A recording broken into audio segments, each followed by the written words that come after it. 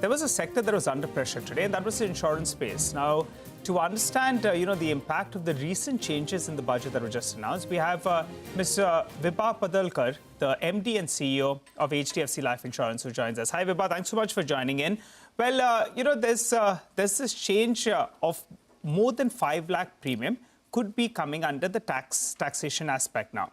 My question to you is this the cumulative of all the premiums paid over the lifetime, or is it, 5 lakhs that's paid in a single year, in a single financial year? What's your understanding?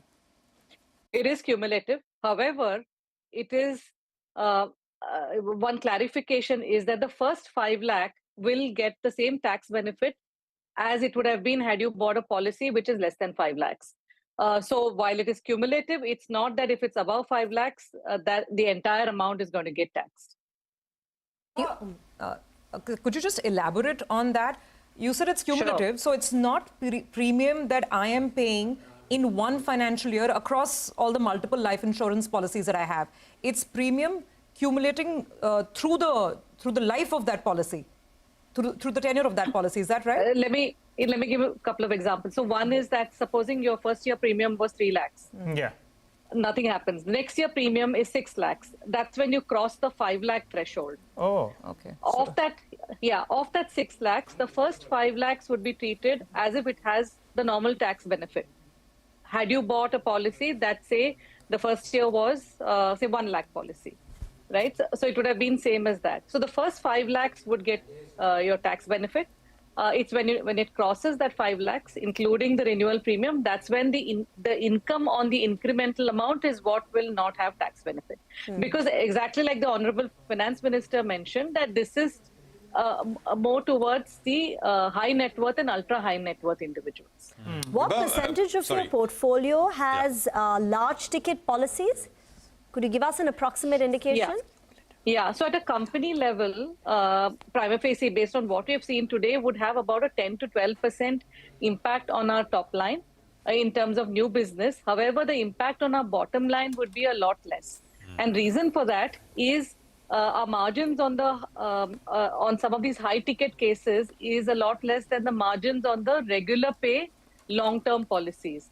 For example, if an individual was paying as a high net worth, say a 20 lakh a premium per year for the next 5 years, as against paying much lower, say a 10 lakh for the next 10 years.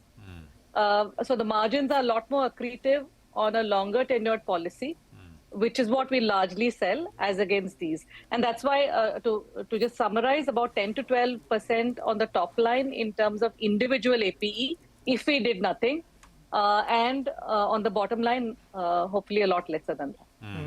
Vibha, so the other thing, and actually two things. One, this does not, you quantified the impact for us, 10% on top line, much lesser on the bottom line. Would it be around 5%, less than 5%, or over 5%? Bottom line impact? I think about 5%. Around? And that too is that if we did absolutely nothing, which is not going to be the case. Okay. So going back to our focus and our stated objective on increasing the number of policies as against just the ticket size, because you can have top line both ways. You increase the number of policies, you sell to more number of people, more number of middle class, again, as the Honorable FM mentioned, as against more towards the affluent.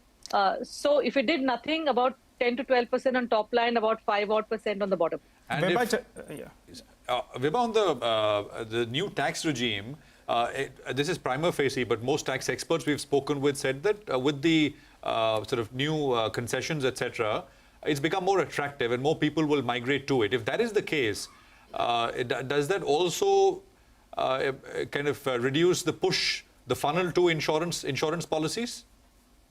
No, see, the way insurance is looked at, apart from the protection aspect, it is what else is around you. And typically that would get, these kind of policies, traditional policies, would get compared perhaps with a debt mutual fund or a bank fixed deposit.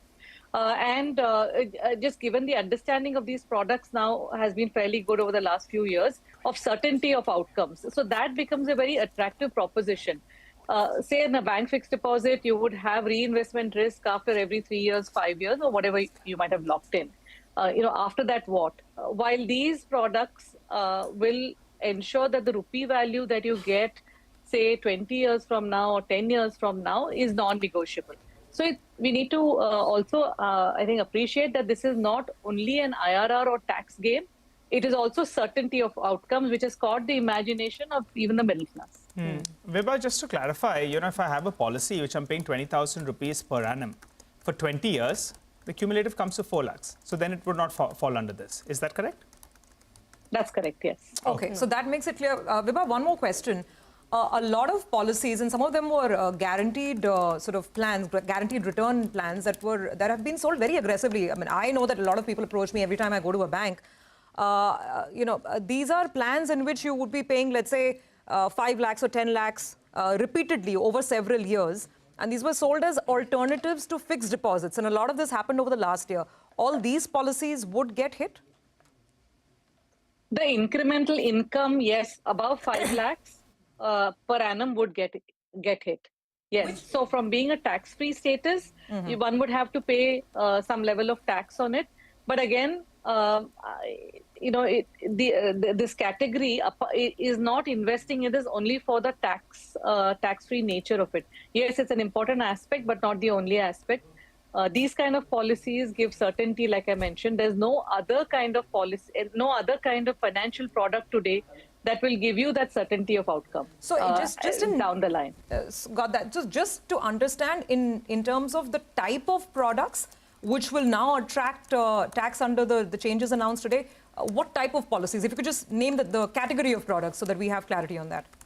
So what the budget proposals talk about is other than unit-linked, which is what is called as traditional, which would include, like you mentioned just now, interest rate guaranteed products, which are typically non-par, and participating products, which is what typically have been sold in our country for the past 6 decades. So that will come under the net. Annuities are anyway taxed. So while technically they come under the net, but they're anyway, they're a tax product. And protection does not count here because it's pure protection. Vibha, do you see this changing the customer behavior towards life insurance? I don't think there'll be any difference for the middle class customer. It still makes a lot of sense. I would hazard a guess that even for the affluent customer, like I mentioned to you, although the tax-free status is reduced, however, the certainty of outcomes, that some portion of your savings, not all, but some portion of your savings in your golden years would be non-negotiable regardless of what the then prevailing interest rates are. And hence, I think will continue to be attractive. Really, it's when a person has money, where will that individual invest into is the question. And as long as relative to other options, we stay attractive, I don't think demand will disappear. It might temporarily come off just because of the noise around it, but when you look at it logically, some asset allocation will certainly happen. Okay, all right, Vibha, thank you very much for those clarifications. Much needed, really, as the market's also been trying to understand. Consumer and the market has been trying to understand the impact of the measures that were announced today. Well, with that, we will take a very quick break, but we will be going live across to our colleagues in Delhi on the other side to get the latest reactions on Budget 2023.